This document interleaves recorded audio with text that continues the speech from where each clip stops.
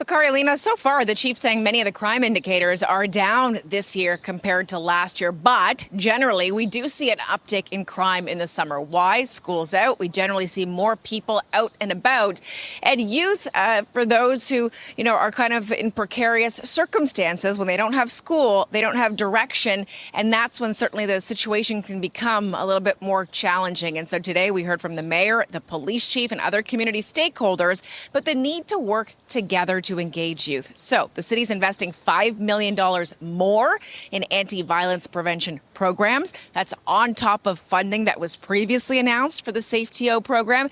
And what this is going to do is it's going to engage some 3,000 young people in summer programs throughout the next few months. And it's also going to increase youth drop-in programs by about 50% through the summer months. The idea being here, if you give kids a place to go, rec centers, mentorship programs, day camps, and possibility of employment, it's going to deter them from choosing a life of crime and violence. And as you very accurately point out, there has been a lot of crime lately with young people involved, early teens, right through the late teens. And so here's a bit of what we heard from Mayor Olivia Chow.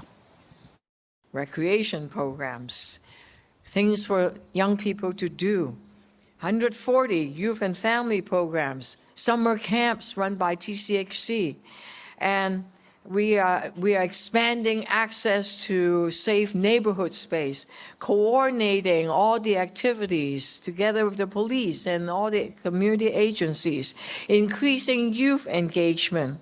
Our goal is simple: to connect Toronto's young people and their families to opportunities to make sure summer is a safe, vibrant, positive experience for everyone.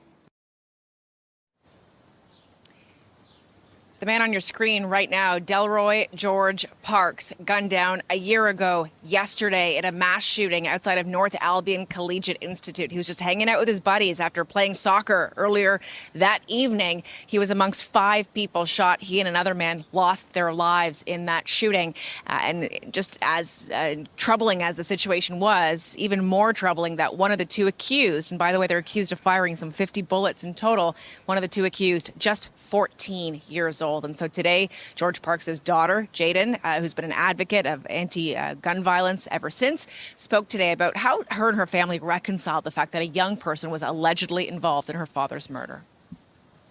It was heavy, I'll be honest, and it was something that didn't sit right with me. It was hard because they did such a horrible thing, but they're also a child, and that's where I'm internally battling myself, where how does a child do this? How can I be mad at a kid who probably didn't know right from wrong, probably didn't know another choice, but also they took my father away from me.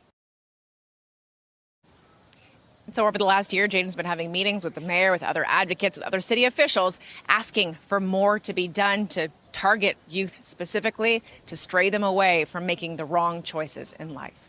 Back to you.